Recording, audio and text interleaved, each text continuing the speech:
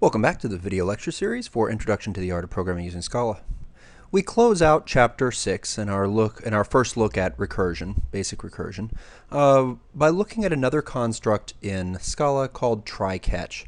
And trycatch is the primary way of dealing with error handling. Now there are details of trycatch that we're not going to go into here, but there are times when you might want to be able to handle simple errors, and so it's worth seeing how you can do this early on. So to illustrate this, let's run our factorial.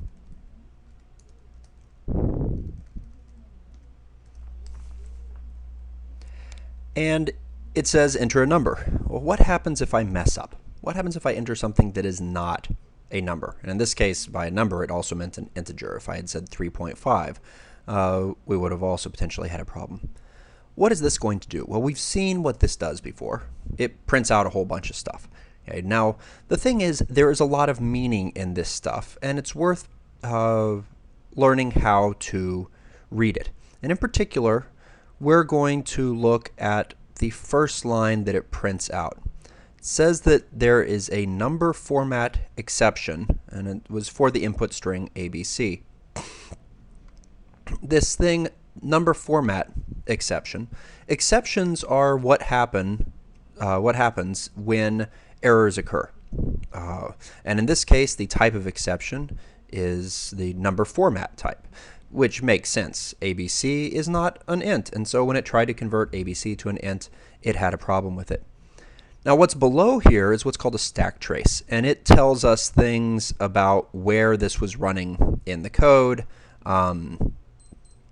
We were inside of this method, which was called by this method, which was called by this method, which was called by this method, and a lot of these things you're like, I have no idea what any of these methods are. Indeed, turns out that you have to get all the way down to here before you get into our file. So at the end of this, it's showing you which file. Most of these are inside of either Java files that were part of the standard Java libraries or Scala files that are part of the Scala libraries. We were working on factorial. So line 20 in factorial.scala had this error, and that's the place where we say read int. So what I want to do here is see how we could prevent this, how we could make it so that instead of printing out all of this, maybe just make it so it has a nice default value. That's probably sufficiently complex for us at this point. So let's go into our factorial program, and if we go to line 20, remember you can jump to a line by typing colon and the line number you want to jump to. This was the problem right here. It said read int, and I typed in something that wasn't an int, and so it threw that exception. And that is the terminology that is typically used. We'll learn later on how we can throw our own exceptions. But all we're worried about now is dealing with exceptions that are thrown in other parts of code. So how do we do that? So it turns out the read int has the possibility for things to go wrong. And in some ways, it's things that go wrong beyond the control of the programmer. Okay, things that go wrong that are where the programmer messed stuff up, well, that's a bug and it needs to be fixed. When things go wrong because the user input the wrong thing, it is generally not considered appropriate to kill the entire program. Users get very angry when you do that. So you should probably look for ways to do this better. And the way we do this is with the try-catch. So to start off, I'm going to just surround this code inside of a try block. Okay, now what is a try block? In some ways, the name tells you what it's doing. This right here says I'm going to try to do this code. Okay. Now, why did I include the print line inside of here as well?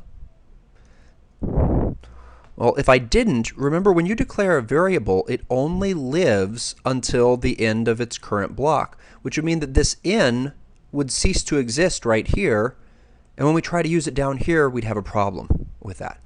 So we need to have, if we're going to declare this variable in inside of here, we need to have it encompass the whole thing.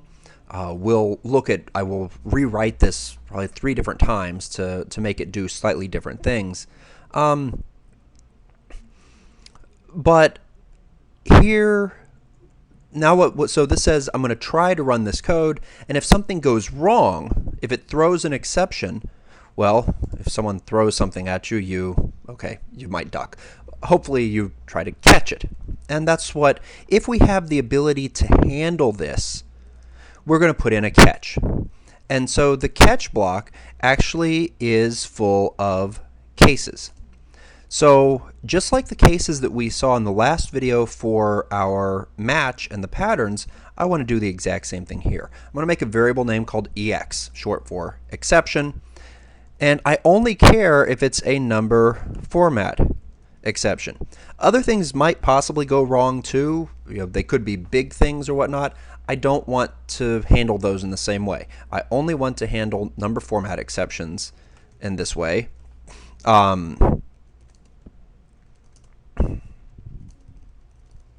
And so I'll put out, have it print out some witty remark about the fact that what they entered was not a number. And now if we come over here and we run this, when we run it this time, if I enter ABC, it doesn't crash. It says I set a number. Now, of course, this might confuse the user. If I entered something that is definitely a number, it's just not an int. And we could fix that. We need a better prompt for that. So in this particular program, that almost looks like an ideal behavior. This probably is the ideal way to deal with this. If you had a larger program where you were asking for ints a lot and there was a reasonable default value. So the thing here is that there is no default value. If they enter something that's not an int, we don't want to print out this factorial for something. We just want to say, hey, that wasn't a number.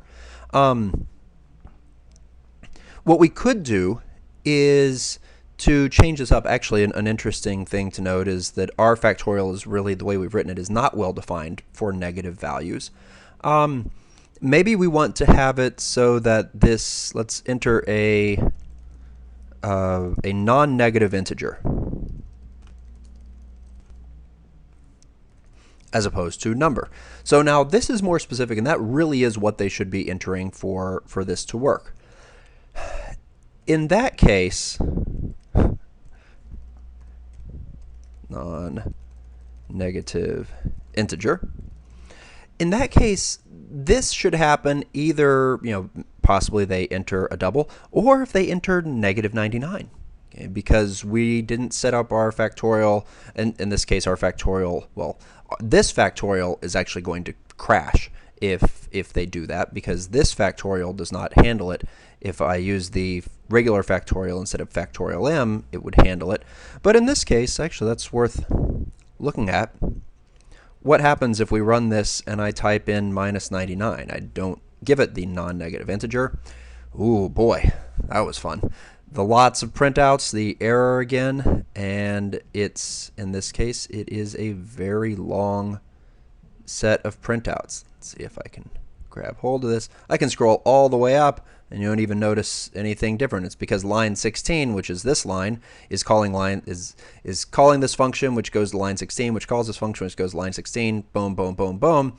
And that's because with negative 99, this counts down to negative 100, and then negative 101, and negative 102, which is not getting us nicely to 0. This one wouldn't have had the problem because we broke out any time when n was not greater than 1. The match statement didn't give us quite that flexibility in here, but it's really great for demonstrating this particular error.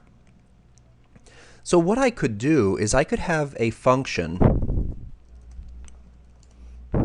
read int with default.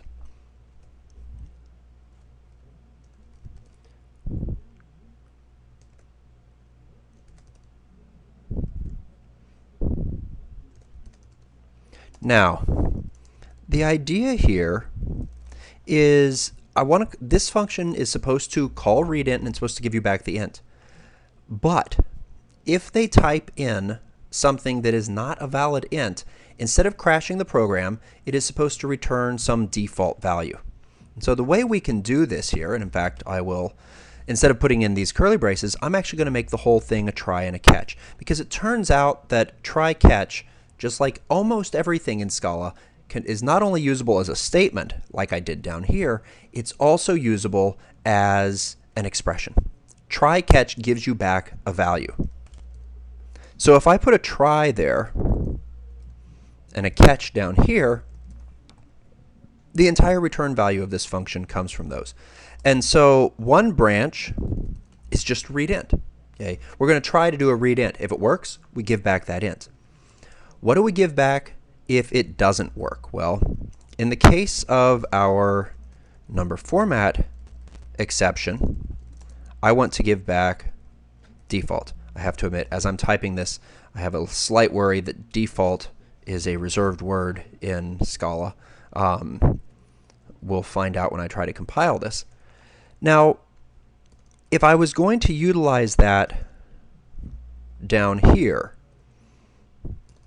instead of doing val in equals read int, I would say val in equals read int with default of how about -1. And now I'm going to have an if, because I only want to accept non-negative integers. So as long as n is greater than or equal to 0, I want to do this print statement. Else, no case here, we print out our error message. Okay.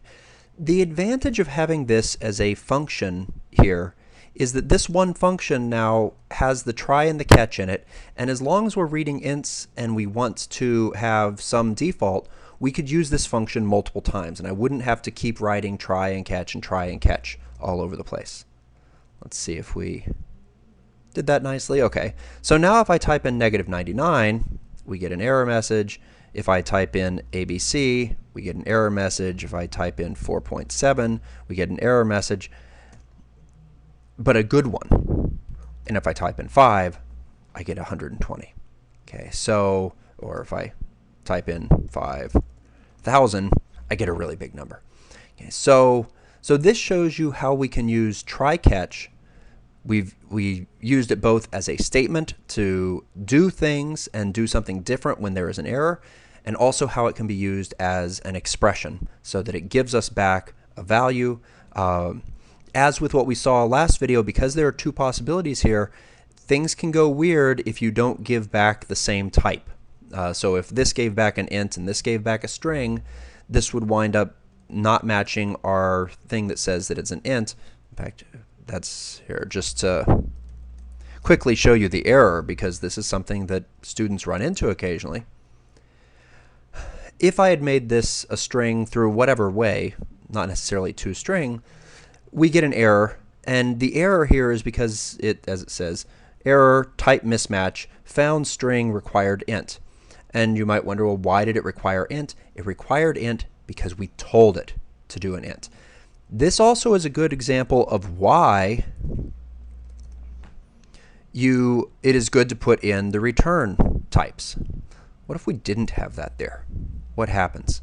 We still get an error, but now the error is a lot harder to understand. It happens in line 27. Let's go to line 27. That's way down here. Okay. And the error message says value greater than or equal to is not a member of any. And you might be confused. You might say, well, where did any come into this? And you saw last time what any means. An any is a type that can represent any type. So, but the question is, what is the any? Well, it's the n that's the any. And then you have to ask the question, well, why is n an any? Well, because this try, the try branch gave you an int, and the catch branch gave you a string. And it had, in order to make it so there was a type where both of those work, it has to pick any. Now, of course, if I didn't have this as a string, it turns out the code works. Okay, but the reason for explicitly putting in this int here is because I know I want this function to return an int, and by leaving it out, I set up the possibility for having weird error messages in other parts of the code. Scala will figure out a type, and if we do everything correctly, the type that it figures out will be the type that we want. But it's good to specify the type just to cover our bases and make sure that Scala figures out the type that we think it should. Because if Scala figures out something different than what we think it should be, generally that means that we've messed something up. So that's it for this particular video. We've now finished with Chapter 6 and recursion. And you know how to do, we've now combined the function calling with conditionals to be able to repeat stuff. And we've seen how we can also do conditional execution with a match and get patterns, how we can do calculations with this. We have quite a bit of capability. There's one very significant thing that we are missing the ability to do, though, and that is to read a lot of values and remember them. Okay? With our recursive functions, we read a lot of values and we were able to do operations on them. It was possible to, for example, average 100,000 numbers without too much difficulty. But what if we wanted to do both an average and a standard deviation for those 100,000 numbers? Well, that would require remembering them, and that's what we can't do yet. And so in the next chapter, we'll come back and we'll add that type of capability.